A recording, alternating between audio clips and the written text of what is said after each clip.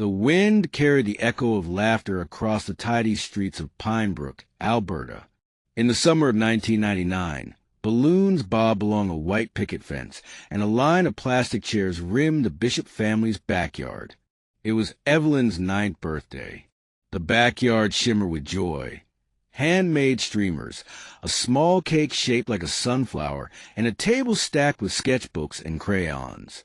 Marcus Bishop had tried his best. He always did. Evelyn's mother had passed away 3 years earlier after a short, brutal illness, and Marcus had promised to keep birthdays special, to keep joy in the house. Welcome to Family Crime Chronicles, your ultimate destination for chilling true crime stories. We uncover the darkest corners of real-life mysteries, twisted affairs. Please like, comment, and subscribe now for new episode of True Crime Stories. That morning, he woke early and made pancakes shaped like smiley faces. He braided Evelyn's hair the way her mother used to and helped her into her favorite sunflower dress. She beamed. He watched her run off into the yard to greet her friends. He never imagined that would be the last time he saw her. By late afternoon, she was gone. One moment, Evelyn had gone to grab her sketchbook from the side of the house. The next, a silence fell. Children continued playing. No one noticed her absence immediately. But when the cake was lit and Evelyn was nowhere to be found, panic bloomed. Police arrived within the hour. Neighbors allowed their homes to be searched. Volunteers canvassed fields, streams, and trails. Helicopters circled. Bloodhounds sniffed the woods. But there was nothing. Not a footprint. Not a dropped crayon. Not even the sunflower charm bracelet Evelyn never removed. The Bishop backyard transformed overnight, from a party to a crime scene. And then nothing. Days turned to weeks. Weeks to months. The town slowly returned to routine. But Marcus couldn't. He left his job. He stopped shaving. Stopped answering calls. Instead, he created binders filled with maps, leads, notes, and sketches of possible sightings. He kept Evelyn's room untouched. No birthday since passed without him visiting the police, without lighting a candle, without asking God for one more chance. It wouldn't come for 11 years. Evelyn Bishop was born in April 1990, a spring child with hazel eyes and a freckled nose. Her mother, Grace, had been an art teacher at the local middle school. Her father, Marcus, taught English at the nearby high school. Their house, a modest blue bungalow on Cherry Lane, was filled with books, paintings, and music. Grace played the cello. Marcus read poetry aloud. Evelyn drew. From the time she could hold a pencil, Evelyn sketched everything around her. Neighbors' cats, pine cones, her mother's teacups.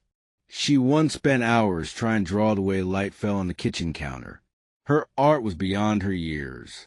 When Grace fell ill in 1996, Evelyn took to drawing her mother over and over, curled in a chair, sipping broth, sleeping. After her death, Evelyn changed. Her drawings darkened, but she still smiled, still baked cookies with Marcus, still played tag in the backyard. Her 9th birthday was meant to be a celebration of surviving grief. Marcus wanted to bring light back into their lives. He planned the party meticulously. Everyone Evelyn loved was there. Her classmates from Pinebrook Elementary, their friendly neighbors Mr. and Mrs. Coulter, and Evelyn's art teacher Miss Carp. The party began around 1 p.m. Kids played tag and drew with sidewalk chalk. Evelyn giggled as she showed her friends a new sketchbook she'd gotten that morning. Around 2:45, she excused herself to fetch it from the side porch where she'd left it. She never returned. Marcus noticed her absence just minutes later. At first, he assumed she'd wandered off to use the bathroom or visit a neighbor. But within 15 minutes, the search began. By 3:30, police had been called. By sundown, the entire street was being searched. Detectives questioned every guest. No one saw anything. One child said they thought Evelyn went around the house, but they weren't sure.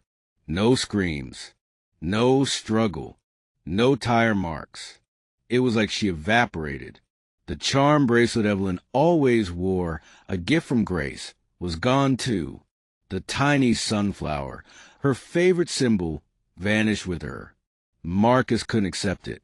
He obsessed. For years. It cost him friendships, cost him sleep. He never gave up. In 2010, Marcus was a ghost of himself.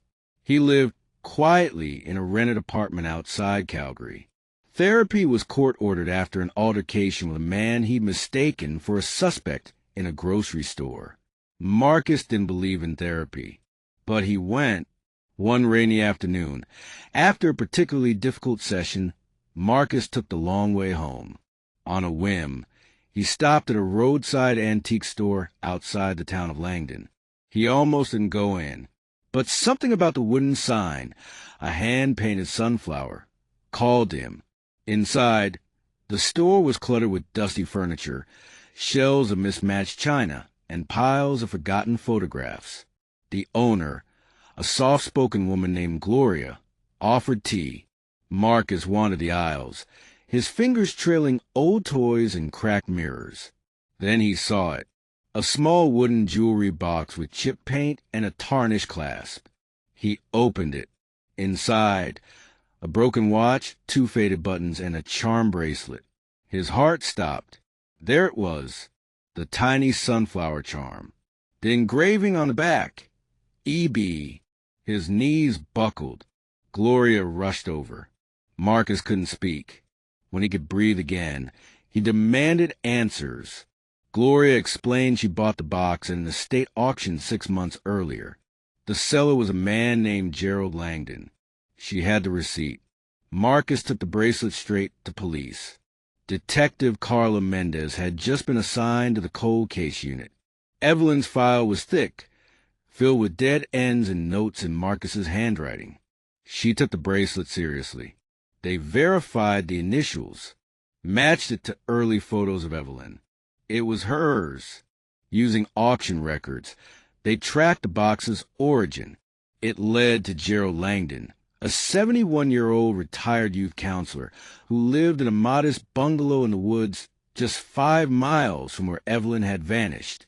When Mendez and her partner visited Langdon, he appeared calm, claimed he didn't know Evelyn, said he bought boxes from various sources and couldn't remember specific items.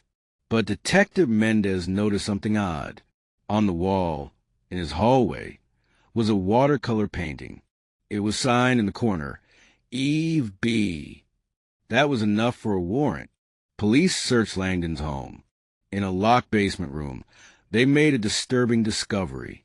Drawings, dozens of them, childlike sketches on construction paper, pages from diaries, letters, each folder labeled with a different name. One folder, Eve B., was thicker than the rest. Inside were drawings unmistakably done by Evelyn, sketches of sunflowers, a house with a strange, narrow window, a figure in a blue sweater. Some were dated 2000, 2001, 2002. She had been alive. Then they found a VHS tape. The footage was grainy, flickering. It showed a room painted with cartoon animals. A little girl sat on the floor, coloring. Her hair was longer, her face older. But it was her, Evelyn. A voice off camera called her Lily. She flinched. The tape confirmed she had been alive at least a year after she vanished, possibly longer. Langdon was arrested immediately. He refused to speak. No confession. No explanation. Langdon's computer was a treasure trove of evidence. Emails, chats, scanned artwork. He had been part of a network. They exchanged materials, drawings, photographs, videos, under the guise of art therapy. The others used aliases. But cybercrime investigators unmasked 2 men. One lived in British Columbia, another in Maine. Both were arrested. The case widened. Names were released. The media erupted. Then from Vermont came a strange call. A woman named Helen called Detective Mendez after seeing the news. Years earlier, her late husband had brought home a scared teenage girl named Lily, claimed she was a runaway. She stayed with them for a few months. Helen remembered a sunflower necklace. She assumed Lily had been placed elsewhere, but now she wasn't so sure. Police searched Helen's attic. Inside a lockbox, Evelyn's sketchbook, the one from the party.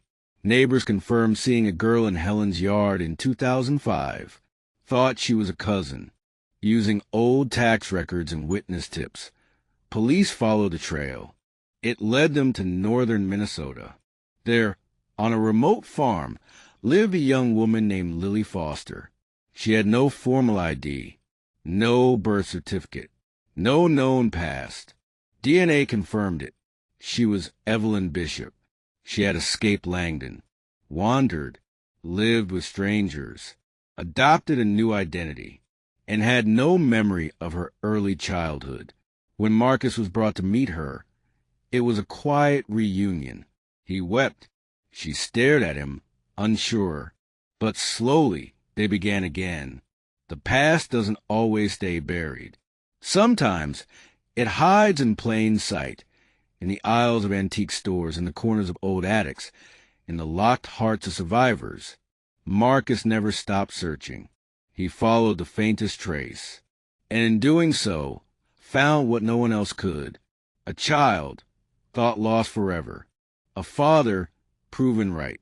And a future, waiting to be rewritten. Subscribe for more true stories, because the truth is rarely simple.